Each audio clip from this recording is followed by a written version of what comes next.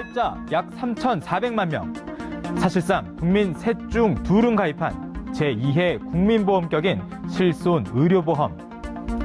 하지만 작년 보험연구원이 발표한 보고서에 따르면 병원을 방문했던 사람 중 61.9%가 보험금을 청구하지 않았다고 합니다. 가입은 했지만 보험금은 청구하지 않는 이상한 보험. 과연 이유는 뭘까요?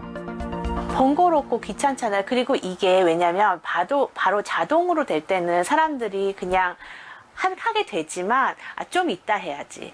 하다 보면 놓치게 되는 거예요. 그리고 또 종이 문서를 잊어버리게 되실 수도 있고요. 그리고 난 다음에 추가로 저 증명서를 떼려 그러면 또 10,000원, 20,000원 내게 되는 경우도 있어요. 그럼 그 돈이 내는 것도 비용이니까 안 내다 보니까 신청을 안 하게 되는 거죠. 실손보험금을 받기 위해서는 무려 6단계를 거쳐야 합니다. 먼저 병원비를 수납한 뒤 보험사에 필요한 서류를 확인하고요.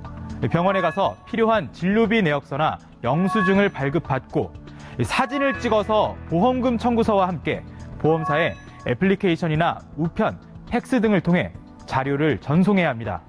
굉장히 번거로운데요.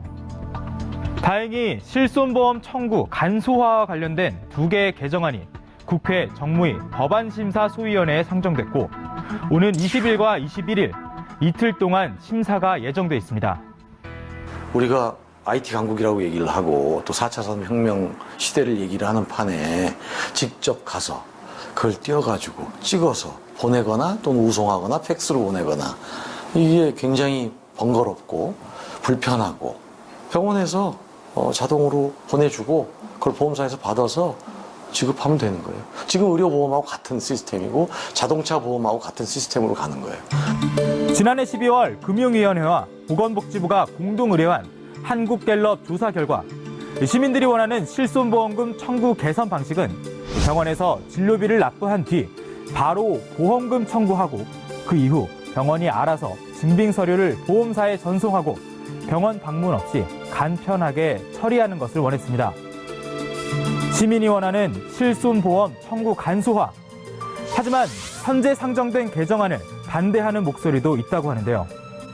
저희 보험사 입장에서도 사실 불필요한 서류 작업을 줄일 수 있다라는 그런 장점이 또한 있습니다. 그리고 작은 동네 병원 같은 경우에는 불필요한 비급여 치료를 권유하는 경우도 있는데 실손보험 청구 간소화가 적용이 된다라고 하면 불필요한 그런 과잉 진료 역시도 막을 수 있는 좋은 방안이 되지 않을까 생각하고 있습니다.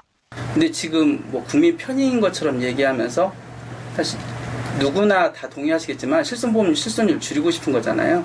순수한 의미의 청구 간소화를 얘기하면서 과잉진료 예방이라는 것이 소비자들한테 그 비급여 부분, 한마디로 더 좋은 치료일 수 있는 그런 비급여 부분을 좀 더 덜하게 하고 싶다는 의도를 좀 비춘 게 있거든요. 그 피해가 다 국민들한테 가는 거예요. 사실 실손보험 청구 간소화는 지난 2009년 국민권익위원회에서 제도 개선을 권고했지만 10년째 답보 상태입니다. 과연 10년째 표류 중인 실손보험 청구 간소화 개정안, 이번에는 통과될 수 있을까요?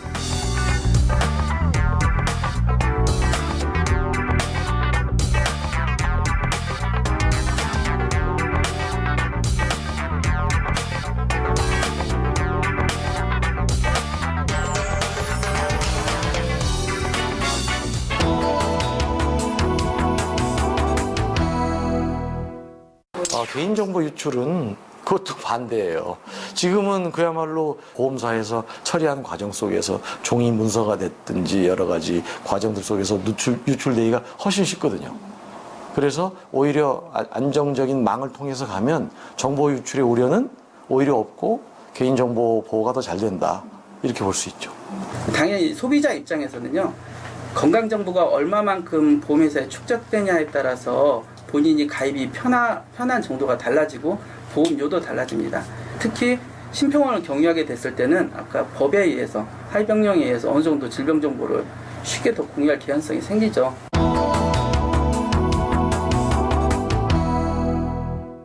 저는 건강보험심사평가원, 소위 심평원이 운영하는 지금의 건강보험망을 그냥 그대로 활용하면 가장 비용도 적게 들고 보안성도 강화되고 편리하다 그렇게 보는 거죠. 우선은 국가가 망을 운영하기 때문에 개인정보 유출에 따른 보안성에 대한 우려를 불식시킬 수 있다. 그런 게 하나 있고, 그다음에 별도의 망을 구축하는데 비용이 또 들어가요. 굳이 그럴 필요 있느냐. 안전하게 그 정보를 보낼 수 있는 통로가 구축이 돼 있는데 거길 그냥 쓰면 되거든요. 그러니까 이게 정보가 돼가지고서는 이제 예를 들면 병원 식별 정보를 빼고서라도 평균적으로 이런 병에 걸렸을 때 이 정도 병원비가 듭니다라는 것만 소비자들이 알아도 아, 내가 다른 사람들보다 병원비를 많이 내고 있었구나. 적게 내고 있었구나 알 수 있다라는 거죠. 굉장히 큰 정보가 됩니다. 근데 그것조차도 안 하겠다라는 거예요. 그런 정보도 이용 안 하고 그냥 단순히 전달자 역할만 하겠다고 하는데도 의사협회에서 반대를 하고 있는 거죠. 지금 이미 순수함의 청구 간소화는 진행하고 있거든요. 지금 대학병원에서는 지금 키오스크를 통해서 하루면 주잖아요. 그런 방식을 그냥 다 확대하면 되는 거예요. 특히 지금 하고 있는 청구 전산화는요. 환자 정보가 완벽하게 보호가 돼 있어요. 왜냐하면 일일이 동의를 다 누르고 그 업체에서도 몰라요. 이렇게 포장을 해서 엔빌롭해서 이렇게 넘겨주는 과정이거든요. 말 그대로 순수한 청구 그걸 대행만 해주는 거거든요. 근데 심평원 경유하면 좀 달라질 겁니다. 게다가 어떤 정보를 넘길 것인가는 아직 좀 하위 법령으로 정해야 하기 때문에 아마 그 시민단체는 3,600만 그 소비자들이 실시간으로 감독하지 않는 한 하위 법령에서 이 정보도 넘기면 되네요. 그런 건 넘어가는 겁니다. 사실은. 매달 꼬박꼬박 보험료를 내고 있습니다. 적은 돈이든 많은 돈이든 보험료를 받는 건 당연한 소비자의 권리입니다. 권리 행사를 불편하고 어렵게 해서 제대로 된 보험금을 받지 못한다면 그거야말로 재산권과 권리 침해 아닐까요? 오는 21일이면 실손보험 청구 간소화 개정안 통과 여부가 결정됩니다.